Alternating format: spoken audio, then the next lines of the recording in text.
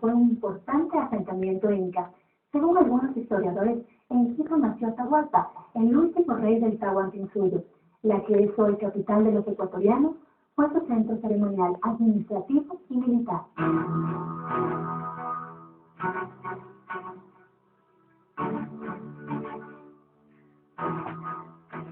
El convento de San Francisco es uno de los monumentos religiosos más antiguos de la ciudad de Quito. Su construcción se inició el 25 de enero de 1536.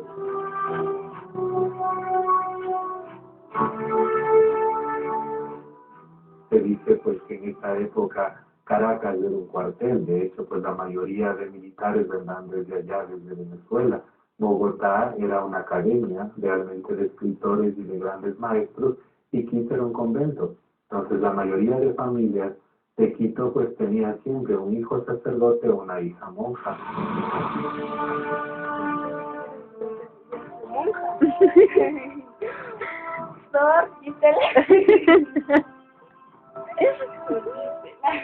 Las recogedoras dimensiones del convento de San Francisco necesitaban gran cantidad de mano de obra, materiales y dinero para su construcción. Es difícil estimar el costo total de este monasterio y sus tesores. Para los franciscanos simplemente es invaluable.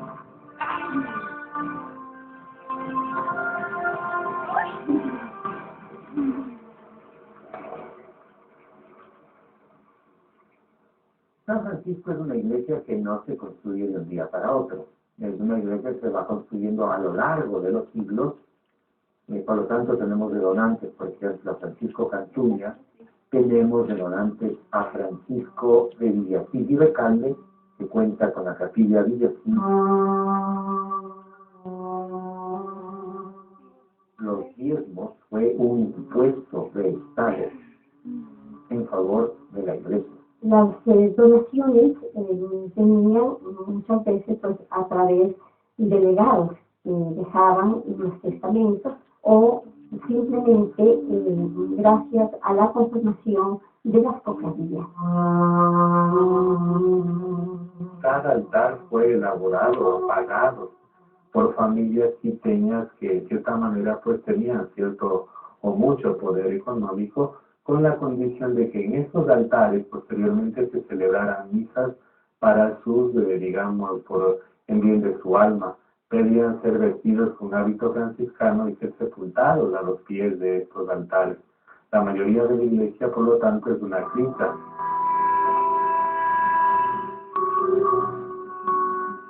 Aún como guardián de este monumento está la escultura de Fray Jodocorrique, el primer franciscano que llegó a Quito y que decidió construir el convento más extenso de la ciudad, donde se impartiría la nueva religión.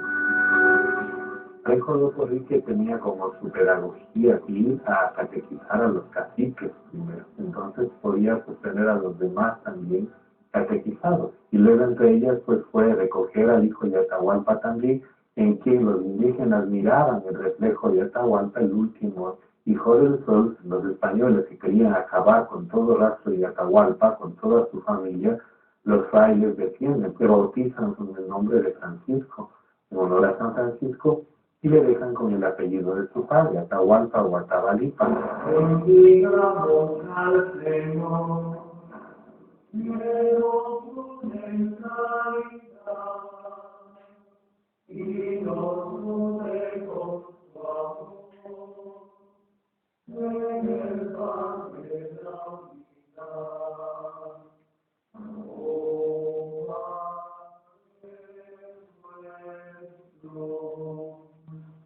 Desde su llegada, los franciscanos han dejado su huella en la historia de Quito.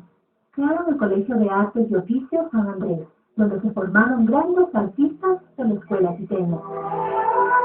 Dos franciscanos son los autores del himno a la capital. En 1944, Fray Bernardino Echeverría escribió la letra y Fray Agustín Acuña la música.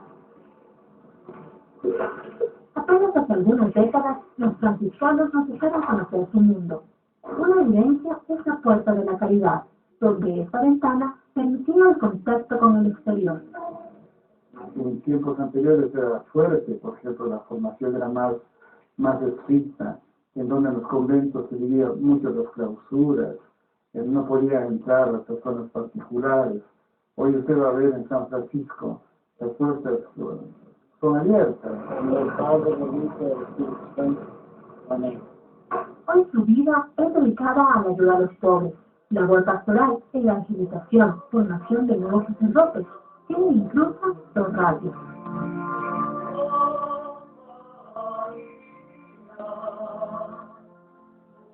Esta orden debe su nombre a San Francisco de Asís, nacido en Italia en 1182. 27 cuadros del convento cuentan su vida. Este santo es el primer hombre estigmatizado de la historia.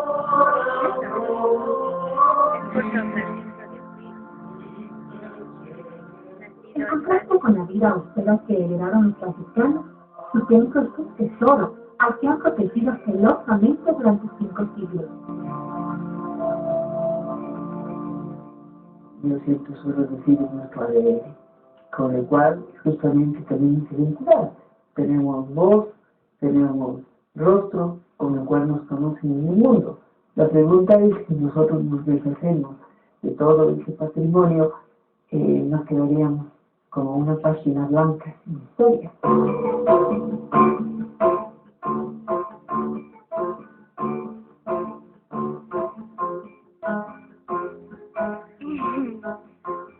En esta página de la historia de San Francisco hay muchos misterios y relatos que superan la ficción. Aquel personaje que en la leyenda hizo un pacto con el diablo realmente existió y su legado quedó inmortalizado en metal. Aunque pasa desapercibida, la hermosa reja de hielo que separa el mundo conventual de la ciudad fue hecha por Cantuña. Sus arcos están embellecidos con monogramas dorados de Jesús y la Virgen María. Esta obra hizo don Francisco Cantuña, maestro herrero de esta ciudad. Acabó el 16 de febrero de 1696. Las rejas realmente son la obra maestra que nos queda de Francisco Cantuña. Aseguró que su nombre estaría grabado en esa obra maestra hasta el fin del mundo. Fascinada con este ser místico, Susan Webster, historiadora estadounidense, investigó durante 15 años a Cantuña. La siguiente pieza de este rompecabezas estaba en papel.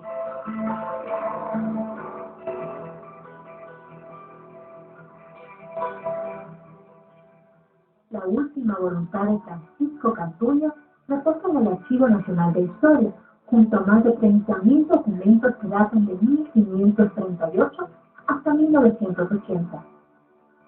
Sus testamentos narran la historia de un indígena que nació en 1629, cuyo origen humilde no le impidió amasar una gran fortuna en una época de dominio español. Según los documentos de que Cantuña fue nombrado por la ciudad de Quito maestro mayor de los herreros y cerrajeros, llegó a tener títulos y renombre y dinero y empezó a comprar propiedades y casas en la zona entre el convento de San Francisco y la de la Merced.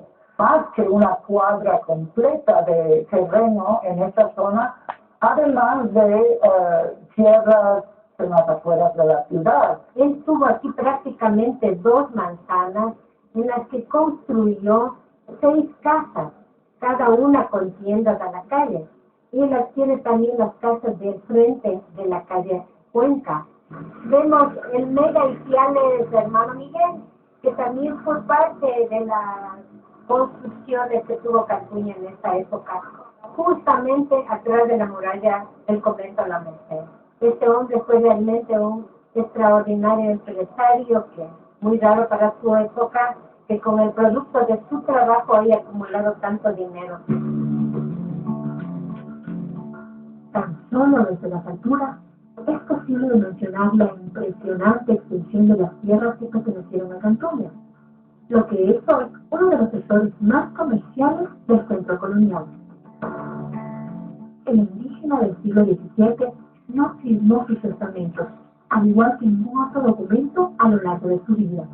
No sabía escribir, pero tenía un refinado gusto por las obras de arte, muy traídos de Europa e instrumentos musicales.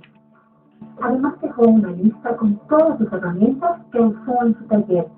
Quizás fue su oficio el que dio origen a más de una decena de leyendas con respecto a su patrimonio.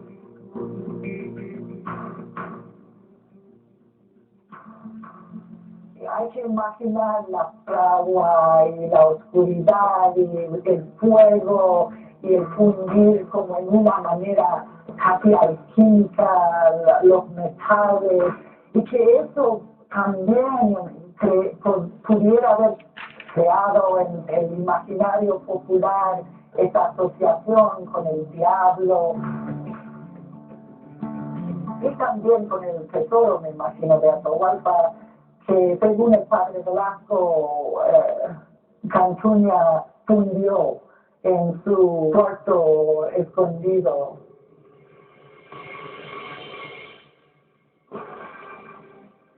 Las leyendas tienen esta semilla de racismo, que se basa en los vecinos en el pueblo viendo que este indígena logró tanto éxito que buscaron la manera de explicar eso a través de los prejuicios del tiempo y no reconociendo en realidad que Cantuña trabajaba muy duro y era muy diestro y era tiras para mostrar y organizar una empresa de herrería y terapia.